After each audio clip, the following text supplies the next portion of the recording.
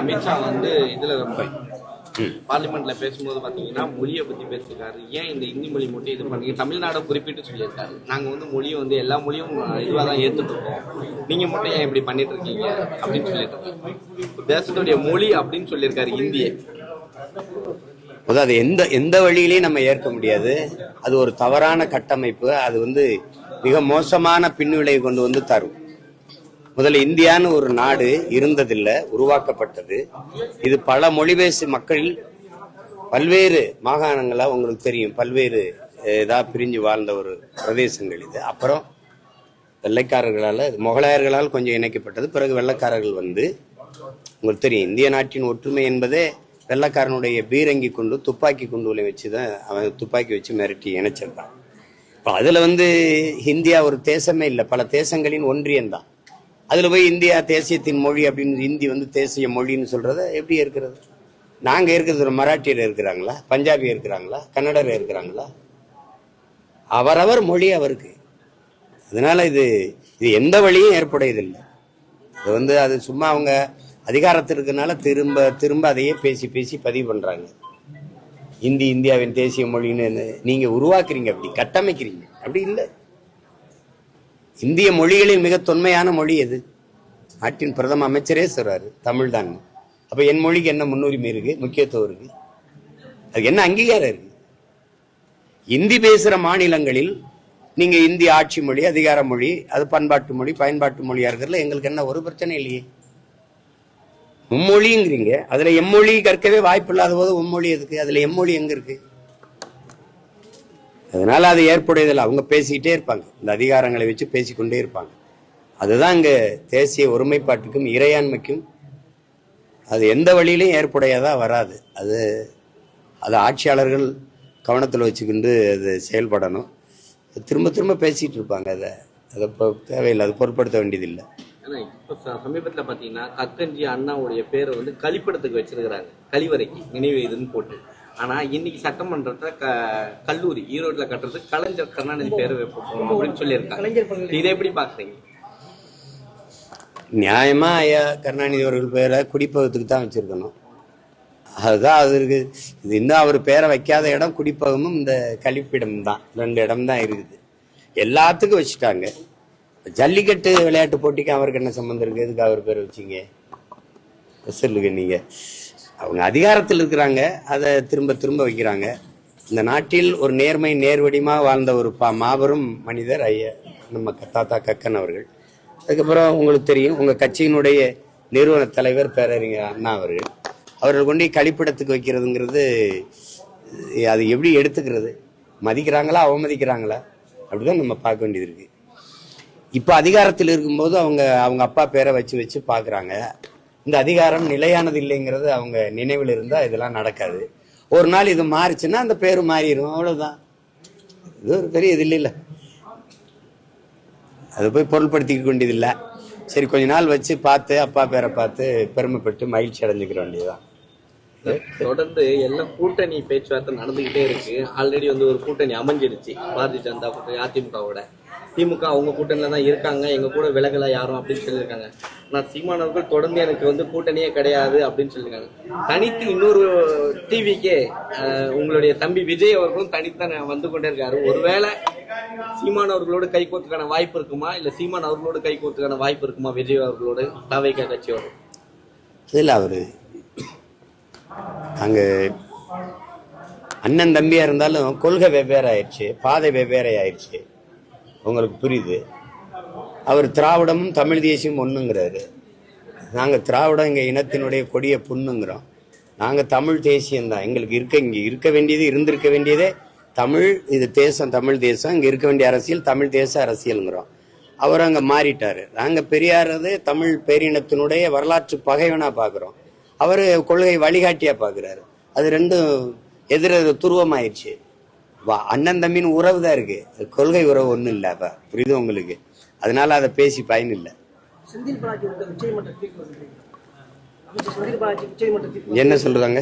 அமைச்சர் பதவி வேணுமா இல்ல ஜாமீன் வேணுமான்னு கேட்டிருக்காங்க. அது ஒரு நீதிமன்றத்தின் வேலை இல்லையே, தீர்ப்பதான் சொல்லணும். உங்களுக்கு ஏலம் போடுற மாதிரி அது வேணுமா இது வேணுமான்னு என்ன வியாபாரமா? அது நீதிமன்றம் தன்னுடைய தீர்ப்பை தன் முடிவைத்தான் சொல்லணும். அங்க போய் உனக்கு அது வேணுமா இது வேணுமான்னா என்ன ஒரு சாய்ஸ், வாய்ப்புக்கு கொடுக்குற மாதிரி அது அது நல்லா இல்லையே. அது நீதிமன்றத்தின் வேலை இல்லை, அப்படிதான் நான் பாக்குறேன். இந்த வீடு வந்து தொடர்ந்து டாஸ்மாக் வழக்கு விசாரிக்கலாம்னு சொல்லிட்டு இந்த தடையும் இல்லை வழக்கு ரத்து பண்ணியிருக்காங்க. தொடர்ந்து டாஸ்மாக் அதாம்மா, இங்க உயர்நீதிமன்றம் கொடுத்துச்சு தடை, உச்சநீதிமன்றம் தடை நீக்கும்னு நமக்கு தெரியும். அது அவங்க வந்து இப்ப நம்ம என்ன இப்ப அமலாக்கத்துறை வந்து யோசிச்சு வந்து விசாரிச்சுச்சுல்ல, அது என்ன ஆச்சு அதையே வெளியில சொல்லவே இல்லை. இப்ப நீங்க இப்படி பாருங்க, இதே சாராய இந்த மது ஊழல்ல தான் ஐயா சந்திரசேகர ராவ் மகள் அந்த கவிதாவை கல்யாணம் கைது பண்ணாங்க. அதே மாதிரி ஜார்க்கண்ட் முக்தி மோர்ச்சா முதல்வரை குற்றச்சாட்டு பண்ணி பண்ணாங்க. ஐயா அரவிந்த் கெஜ்ரிவாலை கைது பண்ணாங்க. ஆனா இங்கேயே இந்த நடவடிக்கை இல்லை. இப்ப அவுட் ஆஃப் கண்ட்ரோல்ல யார் இருந்தது, அண்டர் கண்ட்ரோல்ல யார் இருக்குதான்னு உங்களுக்கு தெரியும். இப்ப ஏன் இவங்க மேல எந்த நடவடிக்கையும் இல்லை? அப்ப அது காரணம் என்ன? அமலாக்கத்துறை வந்துச்சு, வந்தது தெரியும், சோதிச்சது தெரியும், என்ன நடந்தது நமக்கு வெளியில சொல்லவே இல்லையே. இவங்க போய் உயர்நீதிமன்றத்துல ஒரு தடை வாங்கிட்டு வர்றாங்க, திருப்பி அது உச்ச நீதிமன்றம் போய் தடை விளக்கப்படுது. ஒரே வழக்கு 2 தீர்ப்பு வருது. நீதி மேலதான் நமக்கு என்ன நம்பிக்கை வரும்? ஒரு இடத்துல இது செய்யுங்குது, ஒரு இடத்துல அது செய்யாதங்குது. எப்படி எடுத்துக்கிறது? சிரிச்சுட்டு போயிட்டு இருக்க வேண்டியதுதான். பாமகவுடைய விழாவுக்கு நீங்க சொன்னீங்க அழைப்புதல் வந்தா நான் கண்டிப்பா போய் மேடையில் ஏறுவேன், அங்கிருந்துதான் தாய் வீட்டுல இருந்தா வெளில வந்தாங்க. இப்போ அழைப்புதல் வந்திருக்கா? ஒருவேளை கூட்டணி அழைப்பு ஏதாவது வருமா? அதில் அழைப்புதல் கொடுத்துருக்காங்க. வாழ்த்து அந்த மடலுக்கு, மடலுக்கு வந்து வாழ்த்து அனுப்பியிருக்கேன். மறுபடியும் மாநாட்டு அன்னைக்கு ஒரு வாழ்த்து போடுவேன். வாழ்ந்தோன்னா போவேன், எங்க ஐயா கூப்பிட்டா போவேன். அதுல என்ன இருக்கு?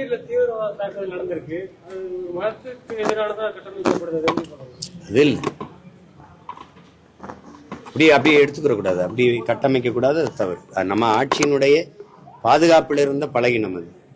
ஒரு தீவிரவாதி ஊடுருவிட்டான்னு சொல்றதே தோல்வி தானே. ஊடுருவும் போது என்ன பண்ணிட்டு இருந்தீங்க? இப்ப நான் என் வீட்டுக்கு ஒரு வாயில் காவலர் போடுறேன் அப்படின்னா, திருடனை விரட்டி பிடிக்கவா, வரும்போது தடுத்து பிடிக்கவா? திருட வரும்போது தடுத்து பிடிக்கவா, திருடிட்டு போகும்போது விரட்டி பிடிக்கவா? நீங்க சொல்லுங்க. இவ்வளவு பெரிய வலிமையான கட்டமைப்பு, உளவு கட்டமைப்பு, பாதுகாப்பு கட்டமைப்பு, 3 படைப்பிரிவு இவ்வளவு இருந்து ஊடுருவி தாக்குதல் நடத்துற வரைக்கும் என்ன பண்ணிட்டு இருந்தீங்க? அப்படித்தான் புல்வாமால நடந்துச்சு, இப்ப நடந்திருக்கு. இதை வந்து ஒரு மதத்தின் மீது பழியப்படுவது எப்படி? நம்மளுடைய பாதுகாப்புத்துறையினுடைய பலகீனம், நம்மளுடைய குறைபாடு. அது தடுத்திருக்க முடியும்ல. அப்ப திடீர்னு இதை இவ்வளவு தூரம் விட்டுட்டு இப்ப வந்து திடீர்னு ஒரு மதத்தின் மீது பழிய சுமத்துறத ஏற்க முடியாது. எந்த மதத்தில் தீவிரவாதம் இல்லை, எந்த மதத்தில் இல்லை. எங்களை கொண்டு குவிச்சது பௌத்த தீவிரவாதம், ஈராக் மேல போர் தொடு தெளிச்சது கிறிஸ்துவ தீவிரவாதம். ஒன்னே பாருங்களேன், எந்த இடத்துல குஜராத்தில் நடந்த கலவரம் என்ன தீவிரவாதம்? திடீர்னு ஒரு வன்முறை தாக்குதல் வந்தா ஒரு மதத்தை பழிய போட்டு அப்படி தப்பிச்சு போறத அது ஏற்க முடியாது. அது சரியானது இல்லை. இந்தியா பாகிஸ்தான் வந்து ஒரு போர் சூழல் சூழல் இருக்கு. இது எப்படி இந்தியா போர் மூலமாக தீர்ப்பானும் நினைக்கிறீங்களா? சீனாவோட தான் நம்மளை அச்சுறுத்துது. அருணாச்சல பிரதேசம் என்னதுங்குது, போர் தொடுப்பில்ல. ஏன்னா அவன் பெரிய நாடு, ராணுவத்துல வலிமையா இருக்கான்.